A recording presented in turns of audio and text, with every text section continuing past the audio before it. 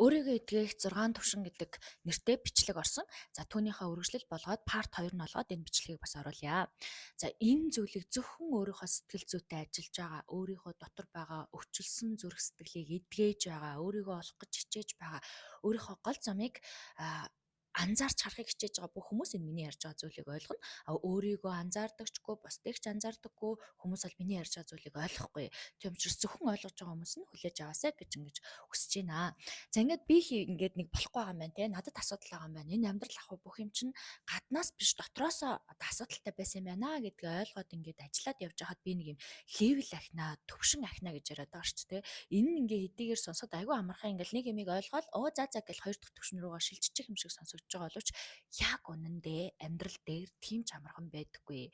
Үнэхээр хүний зүрх сэтгэлийг урсан, тасцсан те нөгөө өвчлсөн зүрх сэтгэлүүдээ дахиад шархлуулсан маш олон үйл явдал болж иж хүн сайн нэг бүр гүндээ цус ясандаа ойлгож иж би энийг ойлголоо гэж ухаарсан үед ухаарлынх нь тэр одоо мэдрэмжээр шалтгаалаад хүн левел ахаад дэш одоо дараагийнхаа шат руу ордог гэдэг байгаа байхгүй юу. За тэгэнгүүт ингээд 6 үе буюу хүн хамгийн сүүлд хайрлах шатн дээр очт юм байна.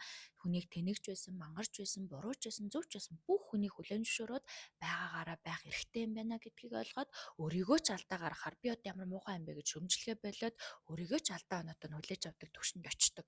Гэхдээ тэр төвшөнд очих хүртлээр хүн одоо маш олон удаа эргэж буцаж унаж дэшээ доошоо болох боломжтой. Яагаад вэ гэвэл хэрвээ ингээл төвшингээ ахаал яваал ядгуулсан бол тийм амархан байсан бол одоо хүн болгоно л хайрын төвшөнд очсон тий. Хүн болгоно л би бигээ хайрлал нэгээ хүлээж авч байгаа. Гэтэл яг одоо Монгол 3 хүн л баг уулзвал хоорондоо маргаан зөрчил үүсгээд нэг бол үзэл бодлын ч юм уу, нэг бол шашин шүтлгийн ч юм уу, нэг бол амьдралаа биедээ заах гал, нэг бол чи буруу чи зөв гэж ярих гал ингээл 3-аас дээш хүн баг уулзвал баг одоо тэг хэрүүл маргаан болно. 3 хүн уулзвал баг л ингээл хоорондоо зөрчилдөхгүй гэдэг болчиход байгаа байхгүй юу?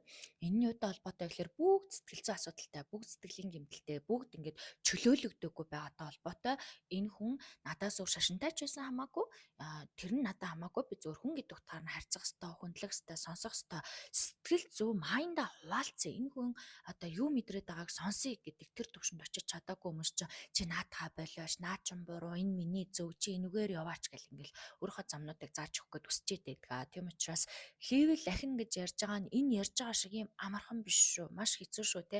Мөн та нэг юм ойлгоод явж байхдаа шалгалтаа даваагүй амьдралаас ирсэн үйл явдлыг ойлгоогүй, шалгалтаа даваагүй, сэтгэлийн шалгалтаа даваагүй бол дахиад буцаал хэдэн жил нөгөө нэг надаас л бүх юм болоод байгаа юм байна. Би л шинжлэхдэггүй бол өөрчлөгдөхгүй юм байна гэж бодсон бодолтойгоо 5 жил, 3 жил явж байгаа хүмүүс 10 жил явж байгаа ч хүн байна. Яг тэр төвшөндөө маш удаан гацах тохиолдол байдаг. Ягаад гэвэл тэр хүн чинь нөгөө шалгалтаа давчдаггүй байхгүй.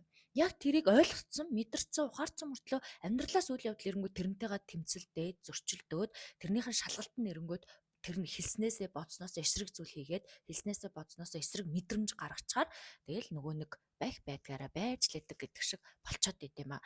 Тэгэхээр яг надтай ингээд миний яриаг одоо ойлгож байгаа хүмүүс бол яг нөөртөө ажиллаад энэ бүхнийг ингээд сайн модлаас нь туршаад үзсэн хүмүүс бол маш сайн ойлгоно. Тэгээ та нартаа ингээд бас дэмжлэг болгоод хэлэхэд сэтгэлээс амьдралаас ирж байгаа үйл явдлыг хичээлгэж хараа. Мөн тэр зүйлүүдийг ингээд жоохон томоос дээрээс те жоохон ингээд одоо хол тойргоосоо гарч агаад юу болоод байна? Яг одоо энэ болж байгаа процесс ямар нөхцөл байдал үүсээд байна гэд харж чадах юм бол та өөрийгөө ч ойлгож чадна, бас тэгж ойлгож чадна. Тэгээ ер нь бүх зүйл тийм хуваагдмал гэдэг зүйлгүй байж ээж та дараагийн түвшин рүүгээ ахад илүү хурдан байдаг юу вэ гэхээр би тийм юм дурггүй, би юм дурггүй, би тэрийгэ болно, энийгэ болно.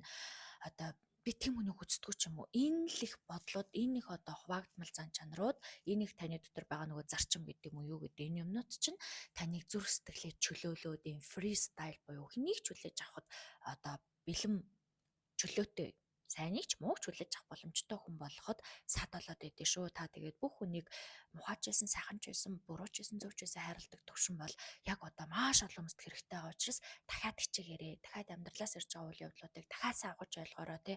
Амьдралаас ирж байгаа шалгалт гэж харах юм бол айгүй амархан ойлгодог. Шалгалт биш үйл явдал азгүйдэл гэж харах юм бол буцаад унаад идэг шүү. Тийм учраас тэрийг ингээд анхаараад дахиад цаашаа хичээгээд яваарай. Өөрсөнтэйгээ дахиад ажиллаарай. Сэтгэл зүйтэйгээ ажиллана гэдэг бол энэ бүх дэлхийн ертөнцид ажиллаж өөрийгөө сайжруулж байгаа нэг хамгийн том одоо чухал зүйл байдаг. Тийм учраас та нартай дахин амжилт хүсье.